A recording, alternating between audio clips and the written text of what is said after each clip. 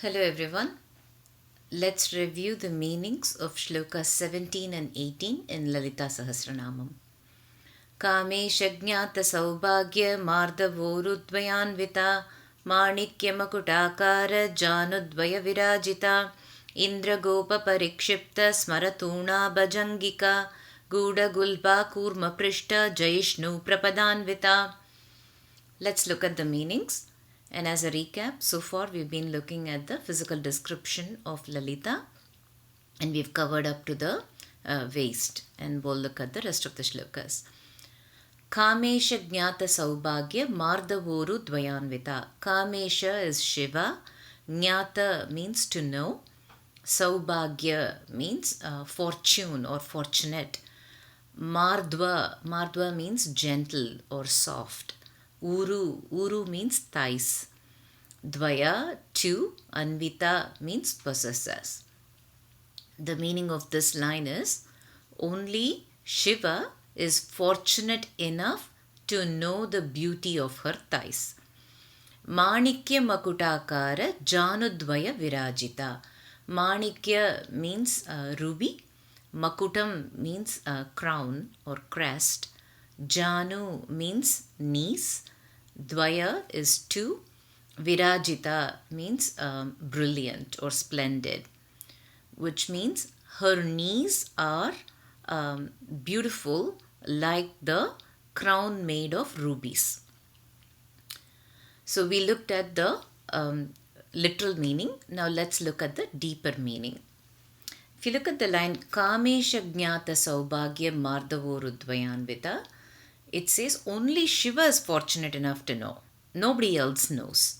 So something that not many people know is a secret. So it's hinting at a secret. So what is that secret? This particular line refers to the third kuta of Panchadasi mantra. Let's look at it a little bit more. So it's said that Lalita is in three forms: Stula, Sukshma and Para. Stula is a physical form. A physical form could be a picture, a statue. And if you look at the descriptions that we are looking at in Lalita Sahasranamam, they all paint a mental picture of Lalita for us. So that's also a Stula form. Sukshma is a subtle form. And it's said that the Panchadasi mantra is the subtle form of Lalita, where she is in the form of sound.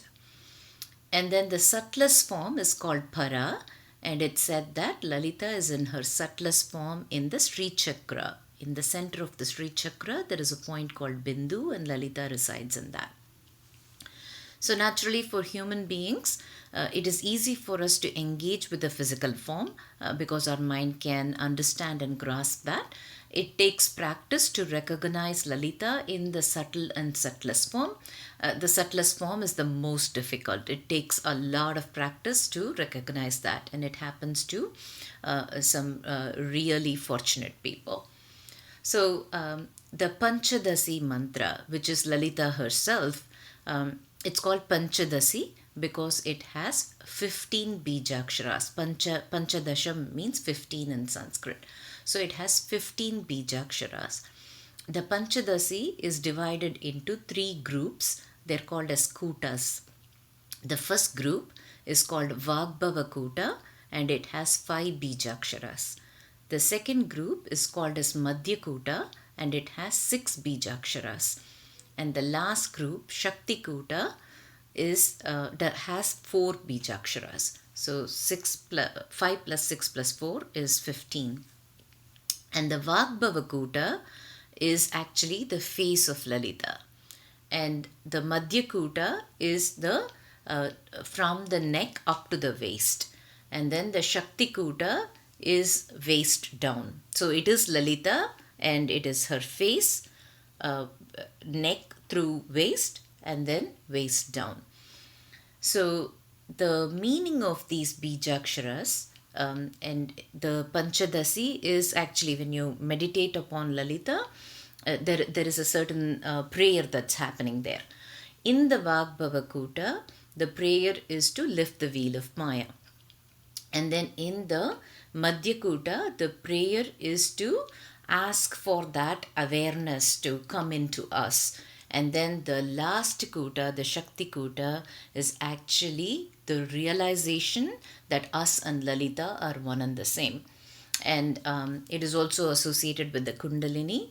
It is said that the Vagbhava Kuta raises the Kundalini from the Mooladhara up to the heart chakra, the Anahata. And then the Madhya Kuta raises the Kundalini from Anahata up to Agnya chakra, which is in between the eyebrows. And then the Shakti Kuta raises the Kundalini from the Anahata all the way up to Sahasrara. When the Kundalini is raised all the way up to Sahasrara, the person becomes a realized person. And that last step is very difficult, happens only for a very few people who are capable of reaching that state. And that is the ultimate truth. That realization that us and Lalita Tripura Sundari are one and the same is the ultimate realization. And that's why it is called as the secret. Right? Unless the wheel of Maya is lifted, that doesn't become apparent to most of the people. That's why it's a secret. The Manikya Makutakara Janadvaya Virajita. Interestingly, in Saundarya Lahari, Adi Shankaracharya points to why her knees are like rubies, and that a crown made of rubies. Rubies are actually hard. So why is her knees compared to that? Lalita is a pativrata. She's very devoted to her husband. So whenever she sees Shiva, she prostrates at his feet. And when women prostrate, knees touch the ground. And Lalita is doing it so many times that her knees have become hard. And we all know Lalita is red, and that's why her knees are being compared to the rubies. Indragopa Parikshipta Smaratunaba Jangika. Indragopam is a type of insect. It can be a firefly or a silkworm, and both are red in color. Parikshipta means covered. Smara is Manmada. Tunaba, Tuna means quiver. So the archers carry the bow, and they have a case for carrying the arrows, and they usually put that in their back, and that is the quiver. Jangika means calf.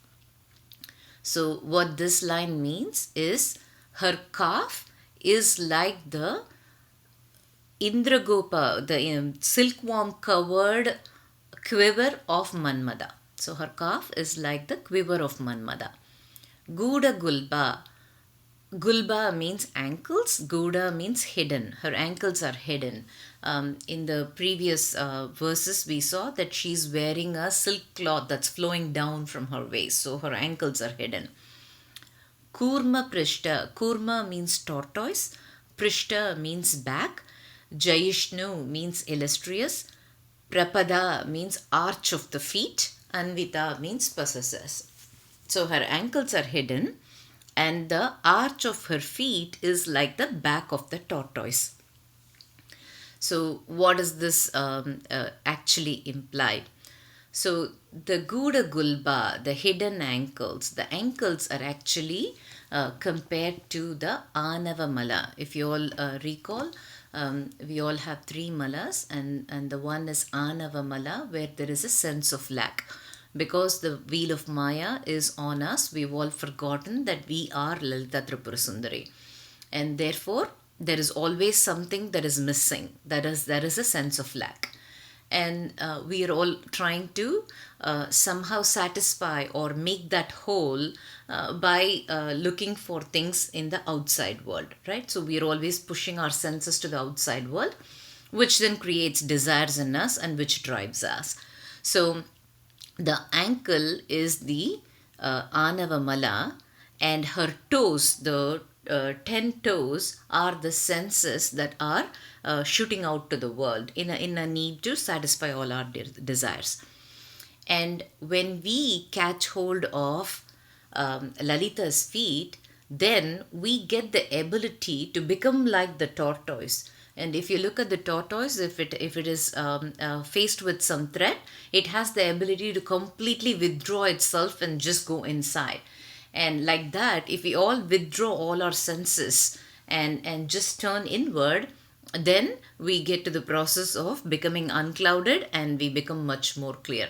So, and that is the path to the self realization. So, this whole thing represents the process of that self realization.